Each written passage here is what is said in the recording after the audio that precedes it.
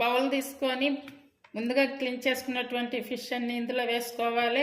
Salt కానీ పసుపు ఇవి వేసి మంచిగా కడిగి పెట్టుకోవాలి. అలాగే ఒక హాఫ్ స్పూన్ పసుపు తీసుకోవాలి. అలాగే టేస్ట్ సరిపడా సాల్ట్ తీసుకోవాలి.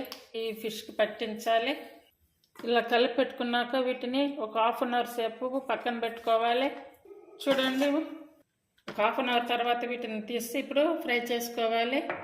ఇప్పుడు పెనం వేడయ్యాక ఫిష్ ఇందులో వేసుకోవాలి. అంటే నేను ఆయిల్ కూడా కొంచెం కొంచెం వేసుకుంటూ చేసుకుంటున్నాను. ప్లేట్లో పెట్టుకోవాలి. ఫిష్ అన్ని కూడా ఇలా ఫ్రై చేసుకున్నాము. ఆయిల్ మిగిలింది కదా, అదే ఆయిల్లో ఇప్పుడు కట్ చేసుకున్నటువంటి ఆనియన్స్ వేసుకోవాలి. ఇప్పుడు టేస్ట్ సరిపడా సాల్ట్ వేసుకోవాలి. అంటే ముక్కలుగా సాల్ట్ పట్టించుంది కాబట్టి ఇప్పుడు కొంచెం తగ్గించేసుకోవాలి. అలాగే పెప్పర్ ఒక హాఫ్ స్పూన్ వరకు వేసుకోవాలి.